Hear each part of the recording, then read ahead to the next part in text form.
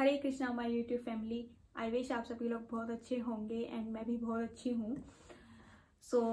जैसे मैंने पिछली वीडियो में आपको बताया था, टॉपिक पे आते हैं सीधे कि मैंने आपको ये बताया था कि मतलब इंडिया में रहते हुए मतलब आप जापान आने से पहले आपको क्या क्या चीज़ें एसएसडब्ल्यू के बारे में पता होनी चाहिए, उनके ऊपर मैंने वीडियो बनाई थी। और मैंने ये भी बोला था कि नेक्स्ट वीडियो में मैं आपको जापान आने के बाद एसएसडब्ल्यू वीज़ा के बाद बारे में आपको क्या क्या चीज़ें पता होनी चाहिए, तो उसके ऊपर मैं ये वीडियो लेके आई हूँ कि मान लो आप एसएसडब्ल्यू वीज़ा में जापान में एंटर कर रहे हो, ठीक है, मतलब जस्ट या आप 10 दिन में जापान एंटर करने वाले हो या फिर आप जापान में एंटर कर चुके हो और आप एसएसडब्ल्यू वीज़ा में काम कर रहे हो, तो आपको क्या क्या चीज़ें ध्यान में रखनी चाहिए।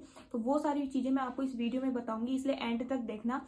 और एक मतलब आपके फ्यूचर के लिए बहुत अच्छी चीज़ बताऊंगी, जो कि मतलब आप एसएसडब्ल्यू वीज़ा में आप कैसे कंटिन्यू जापान में रह के आप काम कर सकते हो, कैसे आप एसएसडब्ल्यू वीज़ा को वर्क वीज़ा में चेंज कर सकते हो।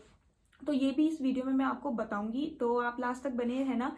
चलो स्टार्ट करते हैं। सबसे पहली बात आपको ये पता होनी चाहिए कि जो आपका एसएसडब्ल्यू वीज़ा है, जब आप स्टार्टिंग में जापान आते हो तो आपके रेसिडेंस कार्ड होता है, जाइरो कार्ड होता है, उसके ऊपर लिखा होता है कि जो आपका अभी एसएसडब्ल्यू वन में अभी आपने एंटर करा है।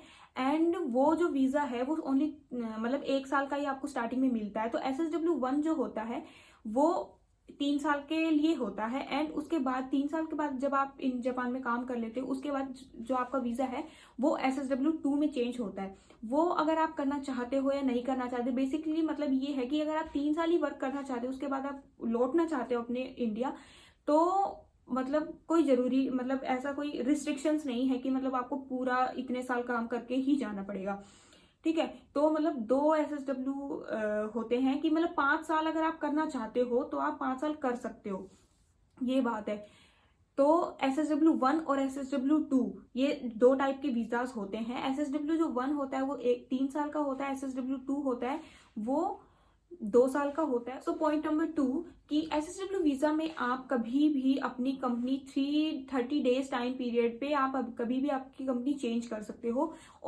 और इसी के साथ आप अपनी फील्ड भी चेंज कर सकते हो। अब कंपनी और फील्ड कैसे चेंज करोगे कि मान लो आप नर्सिंग फील्ड में काम कर रहे हो या फिर एग्रीकल्चर फील्ड में काम कर रहे हो और आप जहाँ पे काम कर रहे हो वो जगह आपको पसंद नहीं आ रही है, तो आप उसी फील्ड में मतलब एग्रीकल्चर फील्ड में, नर्सिंग फील्ड में, होटल मैनेजमेंट, किसी भी फील्ड में आप उसी फील्ड में आप अभी अपनी दूसरी कोई कंपनी भी जाके सर्च कर सकते हो, ठीक है। मतलब आप नॉर्मली इजीली आप अपनी एक कंपनी छोड़ के और आप दूसरी कंपनी में जॉब सर्च कर सकते हो, ठीक है। आपको ओनली 30 डेज का टाइम पीरियड चाहिएगा, जिससे पहले 30 डेज पहले आपको अपनी जिस कंपनी में अभी आप रेप्यूटेड कंपनी में काम कर रहे हो उस कंपनी में आपको बताना पड़ेगा। उसके बाद आप अपनी कंपनी कभी भी चेंज कर सकते हो। तो मतलब ऐसा नहीं है कि अगर आप कंपनी को छोड़ रहे हो तो आपकी कंपनी क्योंकि जिसने आपको वीजा दिया है वो आपको वापस इंडिया भेज देगी या फिर ऐसी कोई बात नहीं है। एसएसडब्ल्यू वीजा में ये लीगल है, आप कभी भी अपनी कंपनी 30 डेज टाइम पीरियड के अराउंड में चेंज कर सकते हो। उसके अलावा फील्ड चेंज कर सकते हो। मतलब मान लो आप नर्सिंग फील्ड में जापान आए हो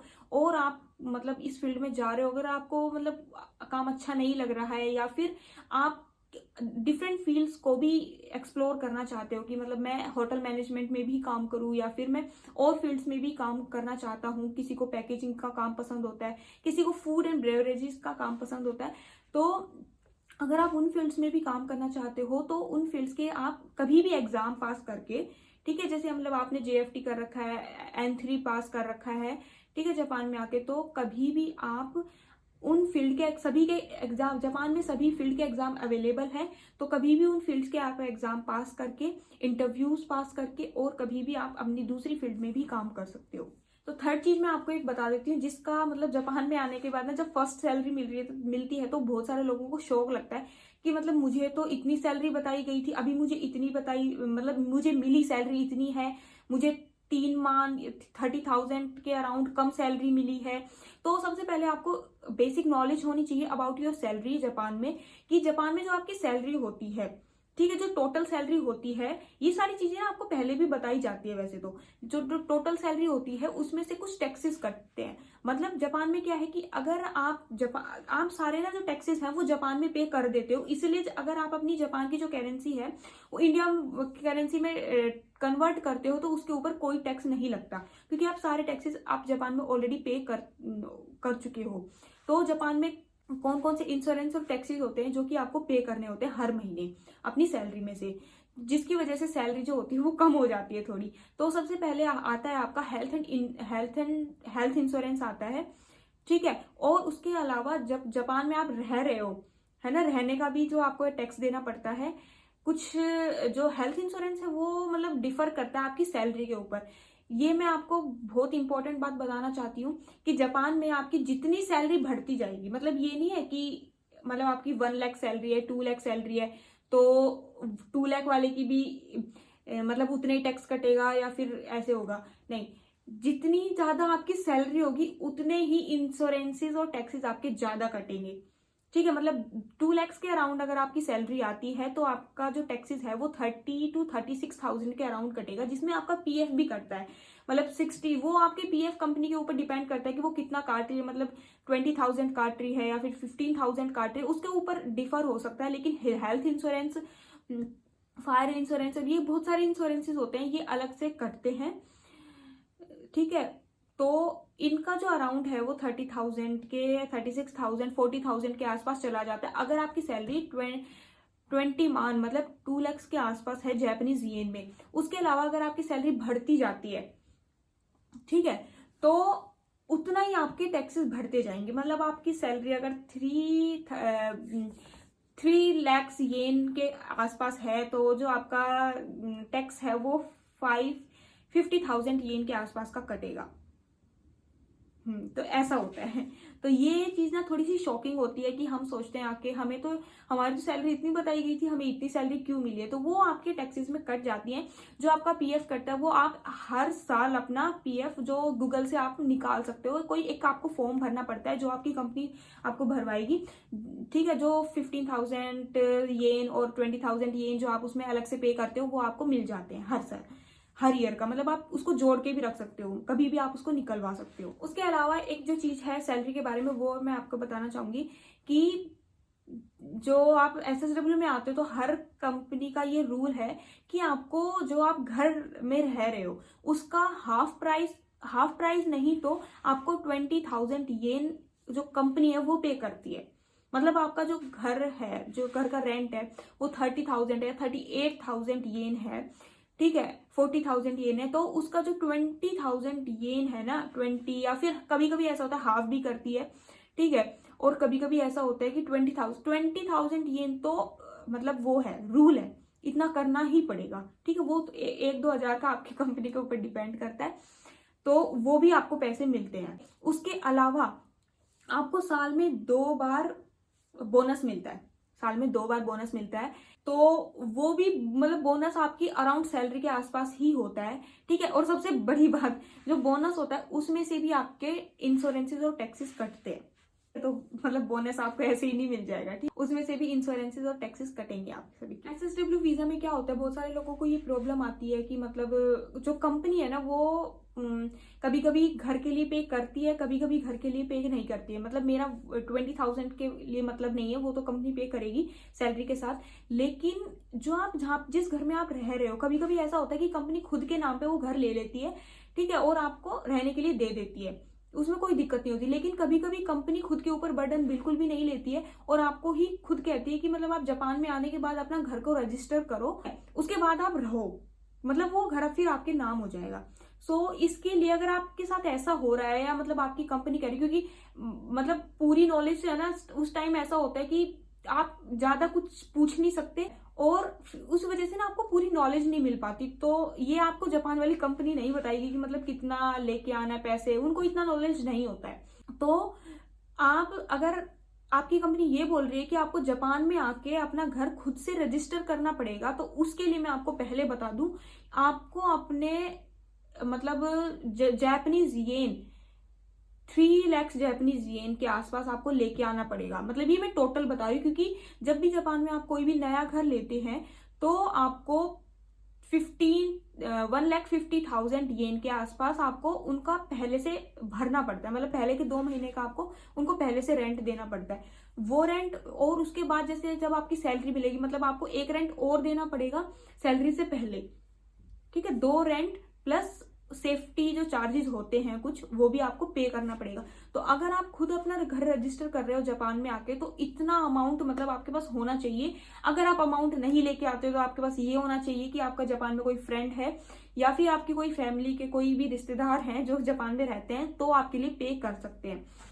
क्योंकि आपकी जो जापानीज कंपनी है वो बहुत कम ऐसा होता है कि वो आपके लिए पे करेंगी। अगर पे वो नहीं करती तो वो आपकी थोड़ी सी हेल्प कर देंगी कि मतलब आपकी कंपनी जो सैलरी है उसमें से कट कर देंगी जो अमाउंट आपके लिए वो पे करेंगी। तो ऐसे कुछ बातें होती हैं। तो इसमें आपको ध्यान रखना है कि अगर आपको खुद से घर रजिस्टर करना है तो इतना अमाउंट आप लेके आओ पहले से, ताकि आपको बाद में इधर उधर, ठीक है, देखना ना पड़ेगी मतलब किससे पैसे ले और ये सब कुछ, क्योंकि आप जापान में आते हो तो फिर बहुत दिक्कतें आती हैं। सो अब मैं बात करती हूँ जो कि मैंने आपको स्टार्टिंग में बताया था कि आप SSW वीजा को वर्क वीजा में चेंज कैसे कर सकते हो। तो इसके बारे में मैं आपको बताऊंगी। जैसे मान लो आप SSW में हो, फॉर एग्जाम्पल नर्सिंग केयर में हो, इसमें क्या होता है 3 साल आप वर्क कर लेते हो नर्सिंग केयर में, तो उसके बाद एक एग्जाम होता है। ये चीजें ना मैं अलग वीडियो में भी बता चुकी हूँ, पर फिर से मैं बताना चाहूंगी जो इस वीडियो को देखेंगे उन सभी के लिए। 3 साल बाद जापान में हर फील्ड में, ठीक है, ये मैं नर्सिंग का बता रही हूँ, ठीक है, हर फील्ड में अलग अलग टाइप के एग्जाम्स होते हैं।